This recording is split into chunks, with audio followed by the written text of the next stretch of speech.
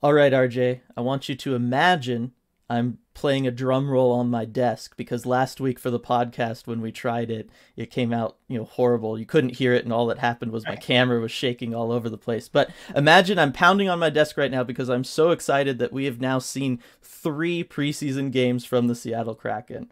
Can you do that? All right. So we're gonna run down. We're gonna break things down game by game. We're gonna talk about we're each gonna talk about 3 players that we've noticed and thought have played well so far in the preseason. If you want a full like roster breakdown, we're gonna be doing that on the podcast next Monday, where we're gonna literally go through all the players who have played so far in the preseason for the Kraken. We're gonna talk about them, debate about it, because I'm sure that there's some that we're going to have some differing opinions on. I think we already know that there are some based on just us talking behind the scenes here. So that's going to be exciting on the podcast next Monday. But for now, do you have some just general thoughts after watching these first 3 preseason games, RJ? Yeah, I mean, it's been an interesting preseason so far for the Kraken. Kind of a Goldilocks type preseason, where too hot, too cold. And I think last night's game was just right. You had the first game against the Canucks, where the Canucks playing a largely, AHL minor league lineup against the Kraken's top players. Kraken come out, dominate as they should in a game like that. And, it's a fun first game. I think it was important to get the win there in Spokane. Then, of course, going on the road to the Oilers, where the Kraken playing a less NHL-heavy lineup against the likes of Connor McDavid, Leon Draisaitl, Darnell Nurse, and they just get caved in, and it's a 6-0 loss. Too cold, right?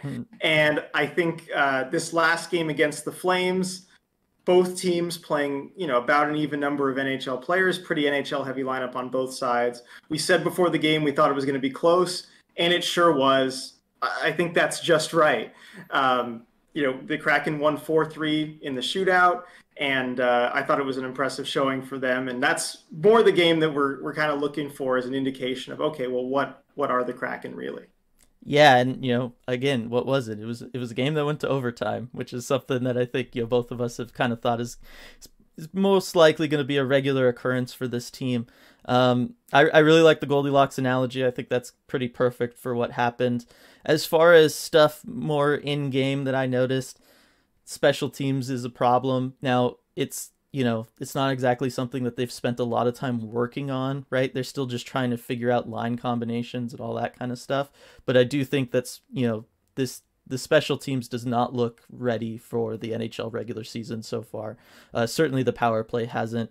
They're running that 1-3-1, and the thing that will kill you every time running that 1-3-1 is you're just going to pass around forever waiting for like someone to have an open one-timer opportunity, which in the NHL, they just don't happen every time you're out there, right? At some point, someone's got to decide that they're going to be the trigger man, and they're just going to start throwing pucks on net. I speak from experience of watching what feels like 10,000 years of the Penguins doing this on the power play, where you just see power play opportunities where you have Crosby, Malkin, Letang, Getzel, all these guys out there, and then they'll get like 2 shots on goal because they just pass it around the whole time. So I think that's something that I would want to see a little bit more, is someone, maybe a couple people, to step up on the power play and just start shooting the puck. But I think special teams in general is something that needs to be worked on, but we know that they haven't really yet. It's not like it's a problem yet. It's more just something they should know that they need to focus on as the season gets closer. Otherwise, I've really liked the team. I think the team looks like what we thought it would, and I think the goal scoring question, problem, whatever you want to call it, I don't know that it's actually going to be there. I think this seems like a team that all it's going to take every night is for one person to kind of step up and score a big goal. And I feel like this roster is deep enough that every night they can find someone to do that for them. So that's been really encouraging for me. Now let's kind of go game by game and talk about them. Back on Sunday, they played Vancouver, like you said. They won 5-3. What was like kind of your biggest takeaway from that game specifically? I guess my biggest takeaway from that game is probably the success of the first line. I mean, they were as advertised and how they've looked in camp, seeing that the chemistry was already there. I also liked that they were able to respond to adversity well. They went down 2-0 early off some bad bounces, and You never know how that's going to affect a team until they're actually out there in that situation. That's something that training camp can't tell you. And I like their bounce back. I mean, they came back, they ended up tying the game and winning the game. And yes, they were playing against a lineup of not really NHL players, but it can still be easy, especially in a team's first game, to get down on yourself like that. And I think that speaks well to Dave Haxtell and kind of his ability to make sure everyone's emotions are kept in check and and kind of get everyone going in the right direction again. Yeah, I think you bring up a really excellent point. This was a team that going into that game, that was their fourth day being all together and like having practice and played together, right? Like literally only 4 days. So for them to be able to show that, hey, we can come out there and not look like we're totally, new to all of this, which yes, obviously most of them have played in the NHL before, but they've never played with each other before. The lines were clearly fluid, right? Guys were moving around the lineup a little bit. They have been through the preseason games. It was clear that not everything was set.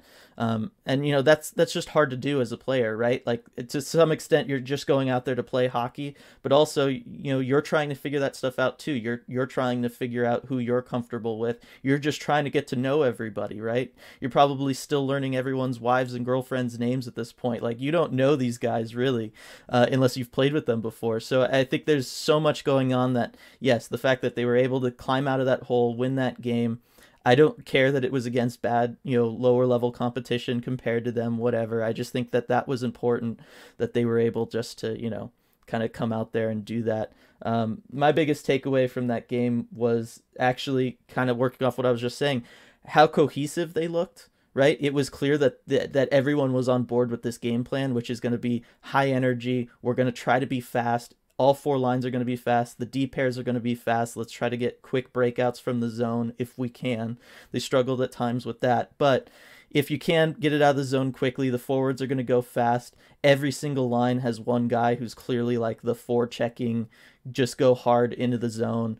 And so I liked that it was right from the get-go. You knew exactly what this team is going to be, and I think it's exactly what this team should be given their makeup, and I was excited to see that.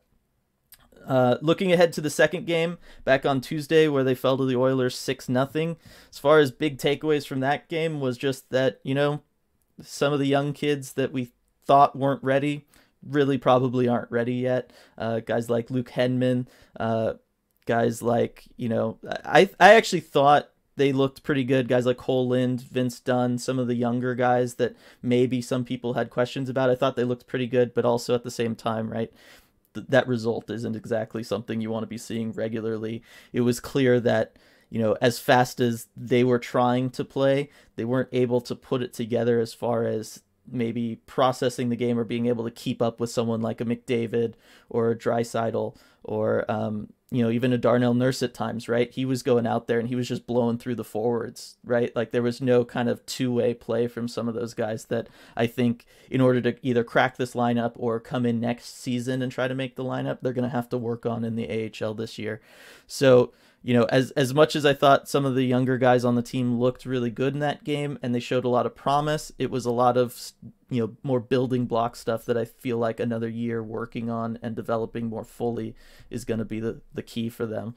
What was kind of your takeaway from the Oilers game? My takeaway is that, and you touched on it a little bit, is that the Oilers game really kind of separated the players who are ready from those who are not.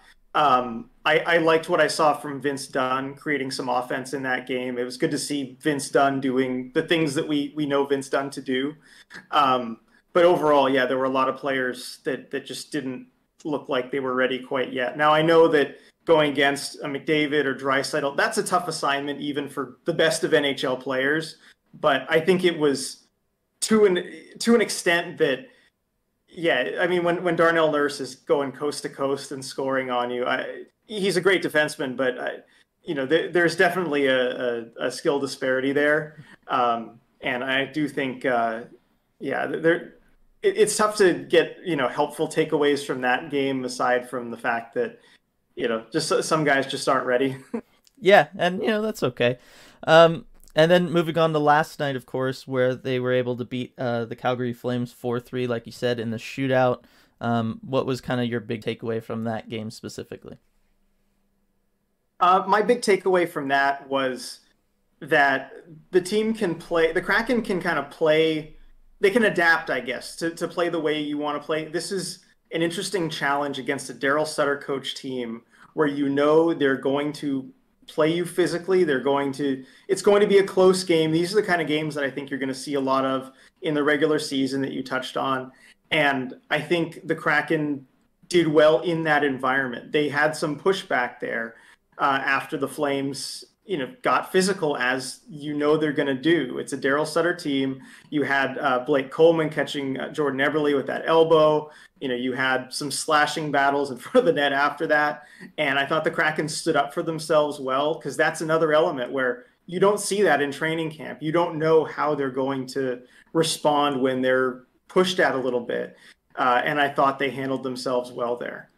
Yeah, that all of those things are really what made it feel like their first real NHL game, right? The first two preseason games, like we talked about, there's kind of a talent, difference one side or the other. But last night, I think not just the fact that the lineups were fairly even matched as far as NHL players, but just the fact that, yeah, it got chippy, right? It got physical. Guys were doing stuff. They were trying to get away with stuff from the refs, and right, like all the things you actually see during a regular NHL game were kind of finally happening in that Flames game. And I thought, going into the season, one of the things we were talking about looking at the roster that they built was, is this going to be a high energy team? Is it going to be a physical team? Like, kind of what identity is Dave Haxtell going to instill on this roster, moving into the regular season? And I think last night showed that I think they want to play an up-tempo, high-energy game, but when things, get chippy, when things get tough, they're totally capable of going toe-to-toe with anybody in this league from a physicality standpoint. So that was also my takeaway from the game last night, was just that this is a team that's going to be able to kind of play up or down in that sense to any team that they're going to be matched up against. If they're going up against another fast, speedy team like the Oilers, I would have loved to see this lineup against the Oilers. We're going to have that opportunity a little bit later. But I feel like they're going to be able to hang with a fast team. No one can hang with Connor McDavid's speed, right? Like, that's, let's not go crazy there. But I think they're going to be able to hang with faster, more skill-based teams. And I think they're going to be able to do just fine against some of these more physical, rough teams. It's just going to be one of those, I want to see the Kraken dictate what the game is going to be. Right now, it feels like they're letting the other teams dictate what the game is going to be, and then they're playing to that. I would love for them to come in with a plan and really just force the other team into it. Because if they had forced the Flames into having to keep up and be a really fast team, they could have really worn them down, and maybe that game doesn't have to go to overtime. But that's a level of confidence and stuff that, again, that's going to come later as they get more comfortable playing with each other, as they get more comfortable with all the new systems and everything. So I just think the fact that they were able to walk away with the win last night and not look like they were just getting pushed around was a big deal. So now let's go ahead and move on to, let's each try to pick like 3 players that, have stood out to us in the preseason so far. As I said earlier on the podcast that comes out next Monday, we're going to go through everybody on the roster, and we're going to, really get into everybody and what we've liked, what we haven't liked, all that stuff from them. But for now, RJ, let's just kind of pick 3 players. Was there 3 players that you had that kind of stood out so far through the preseason that you just want, everyone to maybe pay attention to moving forward? Yeah, and the first guy is, I think, someone that a lot of people have noticed. It's Ryan Donato. He was a late free agent signing from the Kraken. Is kind of a low risk, high reward type of signing. And I watched a lot of the Sharks last year, so I saw a lot of Donato playing. And with San Jose, he never really earned a spot in those top 6 forwards. And I do think that was fair. I don't think it was a situation of the coaching staff really not giving him a fair shake. But the Ryan Donato that's shown up to camp for the Kraken looks like the player that the Sharks and I guess the Wild and Bruins kind of hoped that he would be. I think he's really taking this opportunity seriously because, well, frankly, I think he knows it might be his last in the NHL if it doesn't work out. And as far as like what exactly I'm seeing from him, the offensive skill is there, the stick handling, the shot, that's nothing new. We know he can do that. But what I've really been impressed by, and particularly this last game against Calgary, is the forechecking. He's playing down lower in the offensive zone. He's putting hard pressure on the puck, and he's making it difficult on opposing defensemen. And he's getting his sticks in passing lanes. And he didn't really do that enough last season. And it seems like he's really buying into that Hackstall system. And you mentioned it earlier that, you have one guy who's hard on the puck, forechecking at all times. And it seems like Donato's really bought into that, and he's comfortable being that guy, whereas in the past he wasn't really. So it's good to see that signing's working out so far, and hopefully he keeps that up. The second guy that I noticed is Will Borgen.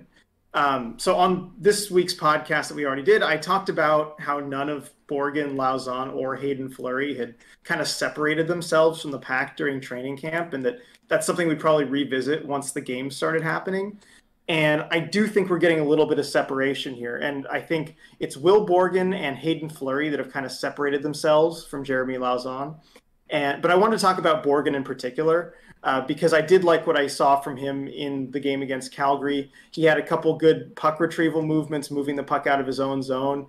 And he activated on the rush a couple times too, which I don't really think of him as a defenseman that you're going to see a lot from offensively, but he showed that he can do that in a pinch.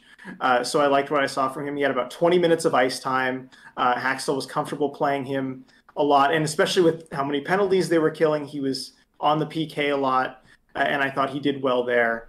And he looked faster than I thought, but maybe that's the fact that he was paired with Carson Soucy, where neither of them are really speed guys on that pairing. But I think Will Borgen's name deserved a mention. And the last one, so I was going to pick one. It's Brandon Tanev, Nate Bastian, and Riley Sheahan. So I was going to pick one of these three, but I can't pick one. They're kind of a unit. So I'm going to cheat a little bit here and talk about the three of them together. So, this was the energy line for the Kraken through the first two games of the preseason, and they really did deliver the energy. Hard forecheck, good defensively. They even had the first goal of the preseason with Riley Sheahan scoring off a nice pass from Nathan Bastian. But I wanted to talk about these three because, we knew the Kraken would have a very good bottom six players. They'd be able to create a good energy type line. But I don't think we expected these three to be it, right? Brandon Tanev is obvious. We don't need an explanation at that point. He's going to be the energy guy. But particularly Sheahan and Bastian. I didn't see those two guys as being the ones to fit on that line. But they've done a good job. Bastian's a big guy. He's used his 6'4" frame well. And Sheahan is the steady presence at center on this line that I really didn't see the fit there, but until he started playing, and then, wow, he just kind of holds it all together. So, I'm curious to see whether Sheahan is going to stay there, because he was on the outside of the roster bubble for what I was projecting earlier, but now it's shown like he really, has a place. So I guess Riley Sheahan kind of emerges as the guy, to talk about, where is he going to make this roster now because he's shown that he can fit there. Yeah, I mean, it's something to keep an eye on. Again, Yanni Gourde's not going to be there to start the season, so one of those center spots is available, right? And yeah, he's making a good case for it. Kind of working off that, I'll start with Cole Lind / Nathan Bastian, because as far as I'm concerned, they're doing the same thing, and they're clearly there to fill the same kind of role with this team, which is, again, the guy who's going to go in and just try to disrupt the defense, right? They're going to, when the puck gets dumped in, these guys are going in, they're throwing their bodies around. I liked the energy that Cole Lind brought a lot in the Edmonton game. He had some mistakes, he did, but he threw his body around a ton against the Oilers defensemen. He was trying to body up guys like McDavid. Again, not fast enough to keep up with him, but virtually no one is, so I'm not going to hold that against him. But I was really impressed with him. The energy he brought, the physicality, all of his off the puck stuff was really good. I thought he was showing kind of a good nose for where the Oilers were trying to go with the puck in the offensive zone, in their defensive zone while he was forechecking. So that was pretty impressive. I think Nathan Bastian clearly has the edge on him as far as, making the roster. Cole Lind is waivers exempt, so they can just ship him down on the minors and not have to worry about anyone taking him. I think that's going to ultimately be what keeps him off the roster. And Cole Lind did show last night. I didn't think he looked as good against Calgary. He was able to be physical against an Oilers team that is not known for its physicality, but when it came time to play the really physical team, he was not able to bring that same physical presence against the Flames, but Nathan Bastian was. And so I think that's something to keep an eye on. But they've both been just really fun to watch as they go into the zone. I've enjoyed watching both of them. Next guy up for me is Adam Larsson. Now, if you go back to really any of the stuff that we've done since the team has existed, since the expansion draft, I've been saying, keep your eye on Adam Larson on D as maybe being that, second guy to step up and try to play a more offensive role for the team behind Vince Dunn. And I think that he's done that through these first 2 games that he's played. He hasn't, put a ton of pucks on net. He's not getting on the score sheet, the way that you would think of when you think of an offensive defenseman, but every time he's out there, he's doing everything that you want from someone who's trying to drive offense. On defense, he's getting pucks out of the zone very quickly. He's making strong, decisive passes. He knows where he wants to go with it. He's going to make sure it gets there, and that's what you need to break out of the zone quickly and effectively, limiting turnovers, all that stuff. Offensively, he's been fantastic at just keeping the puck in the offensive zone. He was able to, in that Oilers game, sustain a couple pressures all by himself just by standing strong at the blue line and keeping the puck in there. And, being able to throw pucks on net at times and stuff. I just think he's looked really, really good. He's helping out the offense a lot from the blue line. I don't know that it's going to show up on the score sheet every night, but he's been there in both games and he's been consistent with it. And so I just think that's something we should all watch out for and pay attention to as the season goes on. And then finally, I don't want to be starting with anything super controversial right away, 3 games into the preseason, but I do think it kind of needs to be mentioned. Chris Driedger has been outplayed by Joey Daccord. I think we can all just kind of say that. And look, I know that in the Vancouver game and certainly in the Oilers game, not all the goals that Driedger was letting in were his fault. That Zach Hyman goal was off an incredible cross-zone pass from McDavid that you could never expect, and Hyman was there and used his soft hands to put it away. The Jesse Puljujarvi goal, again, no one's going to stop that when it's a 5-on-3 and you just got a guy totally set up right in front of you. But some of the other goals, I don't know. I haven't been impressed with his positioning. He seemed kind of erratic with it at times. He seemed more chaos than control as just when I watch him, and that has me a little worried that he's just not quite, in mid-season forms. Now, Kraken obviously have Philip Grubauer, who's looked pretty good. They don't need to rely on Chris Driedger coming out of the gate right away or anything. So maybe it's just early season jitters. Who knows what it is. But I just think he hasn't looked as good as I think we thought he was when we were saying, this is a top 3 goaltending tandem. If he's going to kind of play with this, like, I don't know, it's not quite like Tim Thomas level with the Bruins from years ago where it's like, hey, I'm going to stand and like leave the net open and then just dive in front of everything to make everything look spectacular. But it hasn't looked like he's totally been in control of his crease. And that's something that's a little concerning to me. Obviously, he's going to make this team. He is going to be there in Seattle. It's not going to be Joey Daccord, but I just think that that's something to pay attention to the rest of the preseason, is just if he can kind of, I don't want to say pull it together, because again, he hasn't been like super bad or anything, but I just think from a technique standpoint, he hasn't looked as solid as he did in Florida. So I just kind of want to see him regain that form a little. But again, it's preseason. That's what this stuff is for, is just to ease back into it. I also get, as a goalie, maybe not wanting to go full out, right? You don't want to pull a groin in a preseason game and then be out for 6 months or something. No one wants that. I certainly don't want that. I'd much rather lose every game 6-0 if it means everyone's going to be healthy versus not being healthy. But I just think that's something to pay attention to. Looking ahead, RJ, we got a couple more preseason games this weekend before we record the next podcast. Again, on that podcast, we're going to go player by player. We're going to break down those 2 preseason games. We'll go player by player and talk about everybody and break everybody down. And so we hope you join us for that. But as for this video, unless there's anything you've got, RJ, that you want to bring up? Anything else? Nope. All right. Yeah, I'm good too.